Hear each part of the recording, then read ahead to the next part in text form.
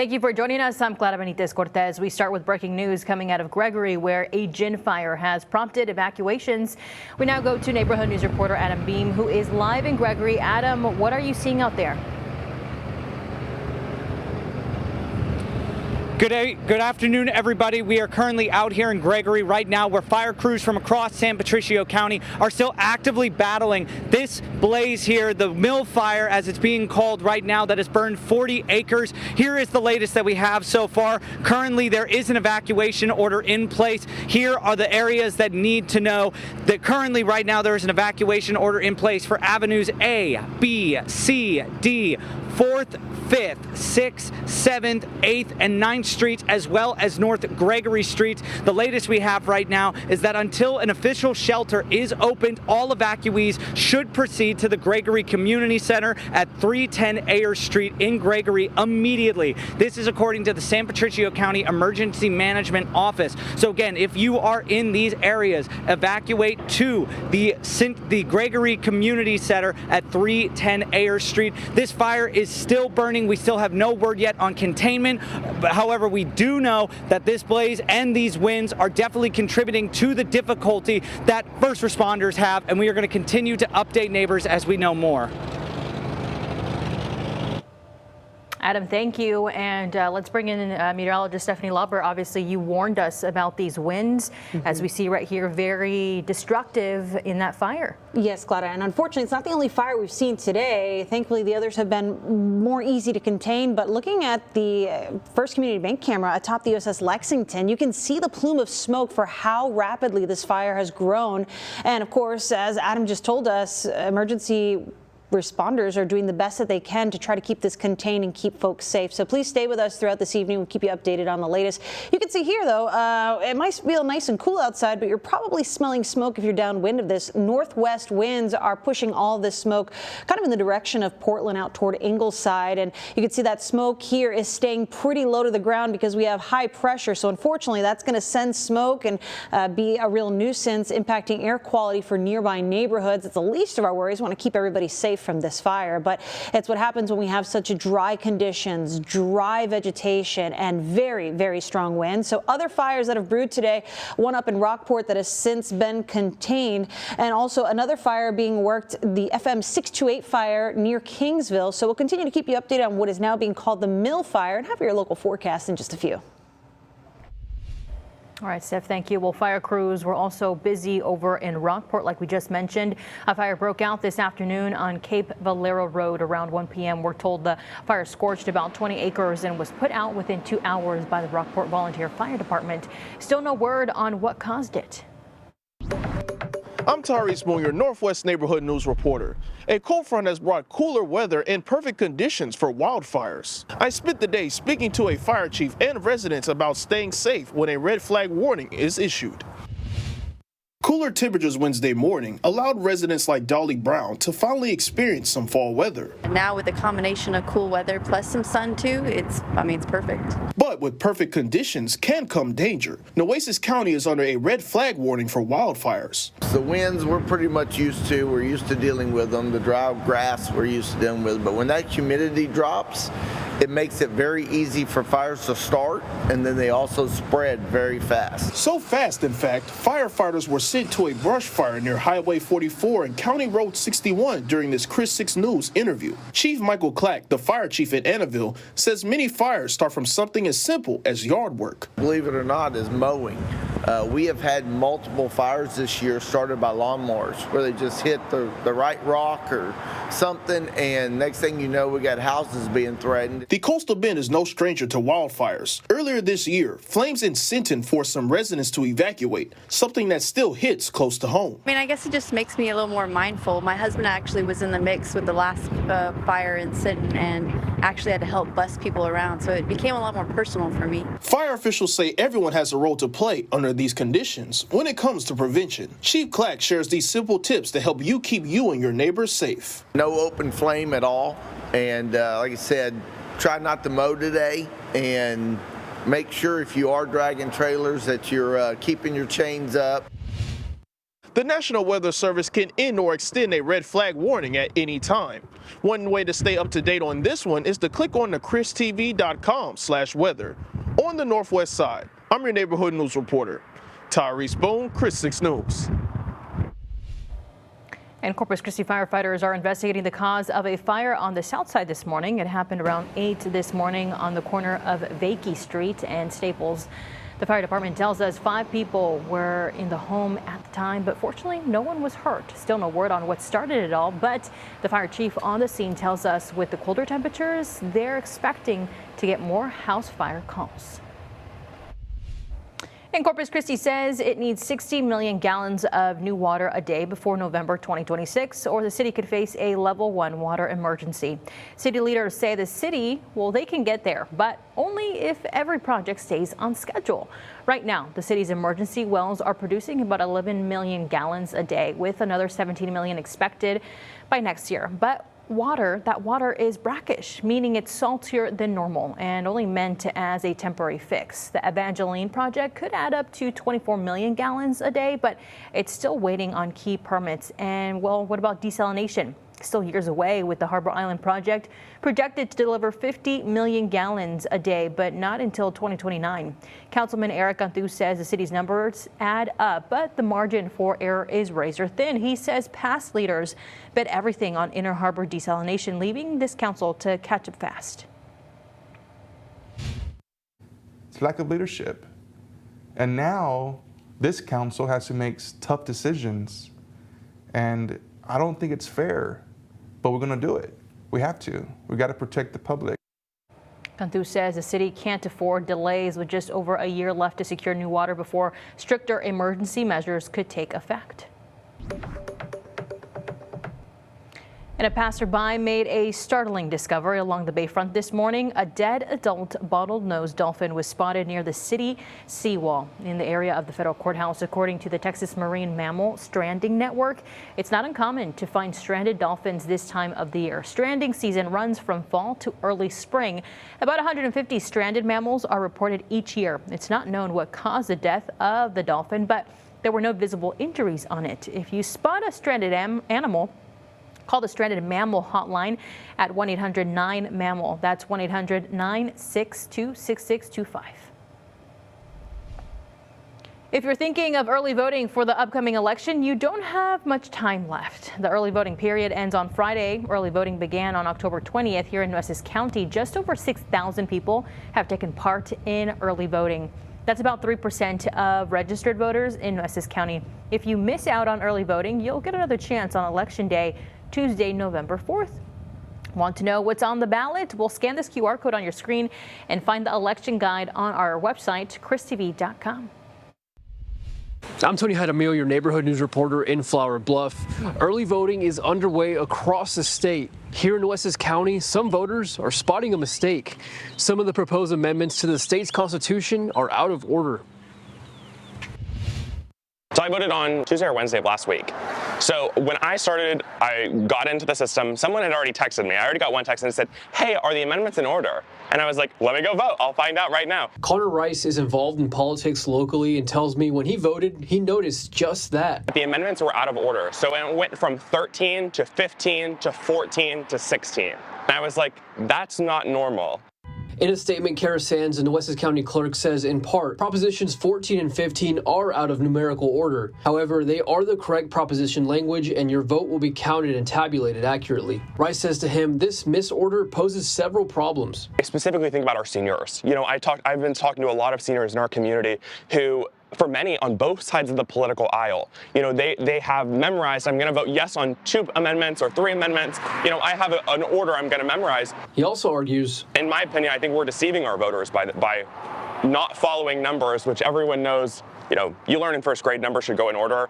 And if all other 253 counties in Texas can get their numbers straight and we can't, you know, that is an error on us. It's not anyone else. So how did this happen? Sands says it's a formatting issue and they do have procedures in place to check for errors. However, this was not caught by the Logic and Accuracy Testing Board, which is comprised of both Democratic and Republican parties. She also says they have notices posted at voting sites and election workers are informing voters during the check-in process, and the integrity and accuracy of the election is not affected.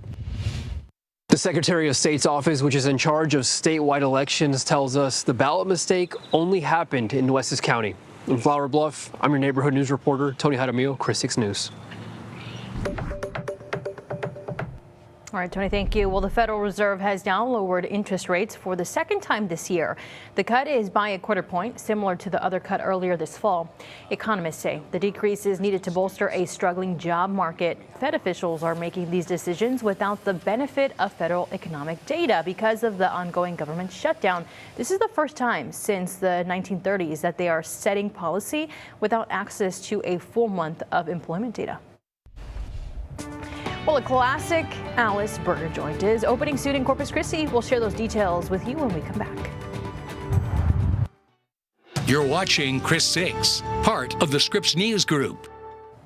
Welcome back. Sprouts is getting ready to sprout a new location. The natural and organic grocery store is moving into the old Bed Bath & Beyond location on SPID and Everhart. The new location will open in January, and it will have a deli and sandwich bar.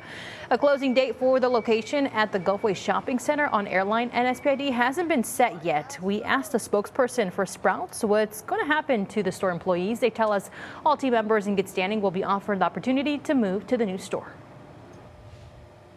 And a burger restaurant that's gained popularity in Alice will soon be opening a second location here in Corpus Christi. Dairy Burger, which is known for their sweet tea, will have their grand opening this Saturday. We spoke to the owner on the team they've put together. So we are ready to go. We are fully staffed. Found some really, I was fortunate enough to find some really good, put together a really solid team. Got management on down to cooks, down to runners, down to the front of the house, the back of the house. Got all that staffed up. Well, the Alice location provided a staff member to train these employees at the new location. Well, let's take a look at how traffic is flowing. Stephanie, is there any trouble on the roadways that neighbors should be aware about? Yeah, Claudia, of course, with that fire that crews are working right now in Gregory, we have some road closures to tell you about. Let's get right to it. We are going to be seeing 181, parts of 361 are slow as those closures begin to develop. But please just avoid the area of Gregory. If you're in Portland, maybe don't venture too close to that area as crews are starting to really try to contain this thing. And there's a lot of smoke even in areas that may be open. So please be careful. But if you're going to be making the commute home in Corpus Christi, looks like the typical stop and go out there, at least along Shoreline. That's what we're seeing. Not too bad on 37. For the crosshairs of SPID and the Crosstown Expressway, not seeing a whole lot of stop and go. They're hitting the brakes a little bit on SPID as you approach the interchange, but nothing too out of the usual. On Saratoga, we've got some brake lights between Abalcastores and Weber Road in both directions. Keep that in mind.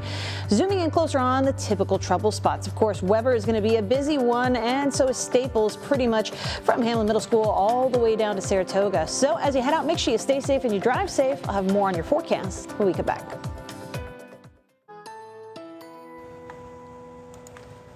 All right, giving you the view of what is being called the Mill Fire here across the coastal bend. We're looking at very dry, very gusty conditions behind our cold front from last night. So those conditions are now making it very difficult for crews to try to work this active fire. Neighborhood News reporter Adam Beam has been on top of the latest, and we'll bring you any more developments that we get from him. But it's not hard to see why our first community bank camera, the USS Lexington, is what we like to call the shaky camera whenever we have windy conditions, and boy, have we had them.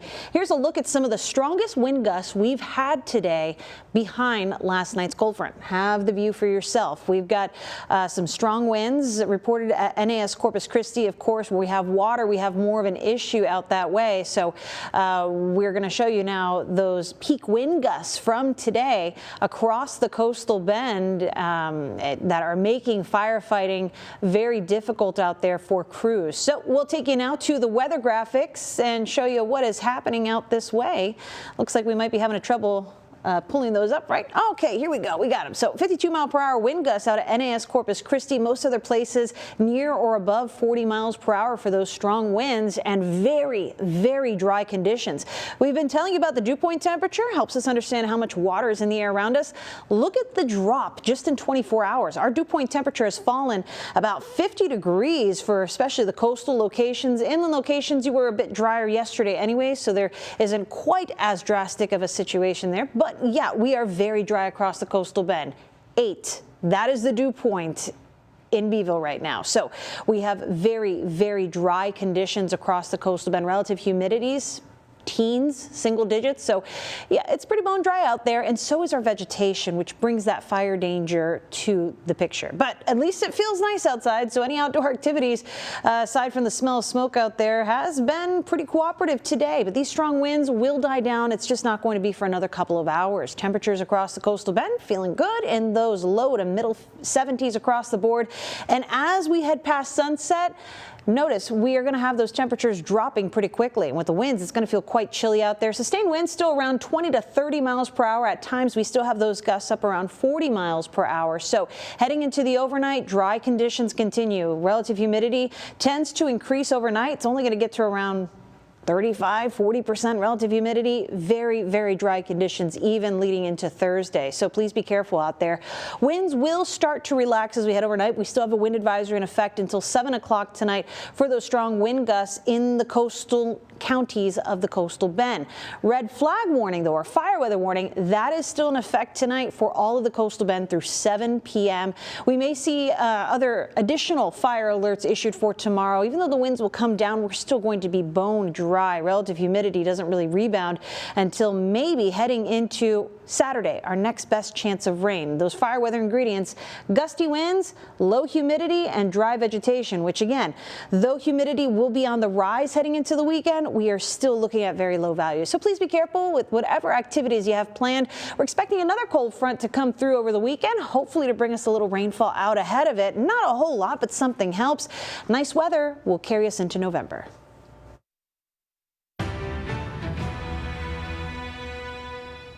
Well, welcome back. We have new information on the evacuations in that gin fire in Gregory. Adam Beam has been following this story and is live with that update. Hi, Adam.